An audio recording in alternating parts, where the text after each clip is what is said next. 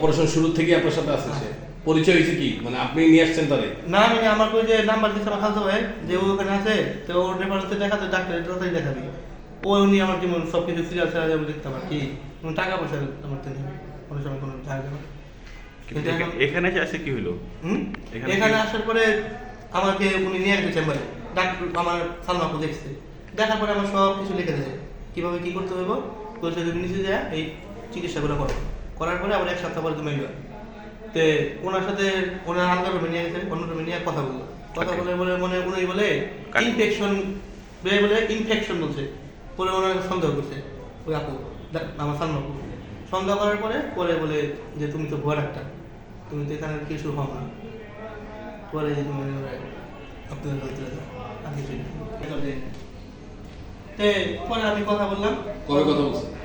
এর আগে আমি এখানে ভর্তি থাকছিলাম আমার অপারেশন আরেকবার হয়েছে এখানে তখন তো ওনার সাথে পরিচয় না ওখানে ওই সময় ছিল ওই সময় ছিল ওই সময় আর ছিল এক বছর আগে হ্যাঁ ওই ডাক্তার রেফারেন্ডার ফোন করা হ্যাঁ ওই রেফারেন্ডার করা ছিল এবং আপনার ওই যে আমার সালমাকে যখন অপারেশন করতে তখন মেডিকেলে চলে ছিল উনি সালমা ম্যাডাম অপারেশন হ্যাঁ আমার সালমাকে অপারেশন করতে তো এখন সালমা ম্যাডাম সব চিকিৎসা লিখে দিয়েছে আচ্ছা পরে ওনার সাথে ডাক্তার মিলিয়ে কথা বলতে হবে জীবনে আর জানা যাবে যে এই ব্যাপার পরে আমার বললো তুমি যাও তুমি মুখ্যমন্ত্রী যায় তুমি চিকিৎসা করো তোমার কোনো ঝামেলা নেই। আপনি কোথায় থাকেন? আমি জিঞ্জিরাতে থাকি আমি আসছিলাম কেরানীগঞ্জ? হ্যাঁ নাম কি আপনার? আমার নাম মোহাম্মদ আরমান। শুনুন কোনো কালিং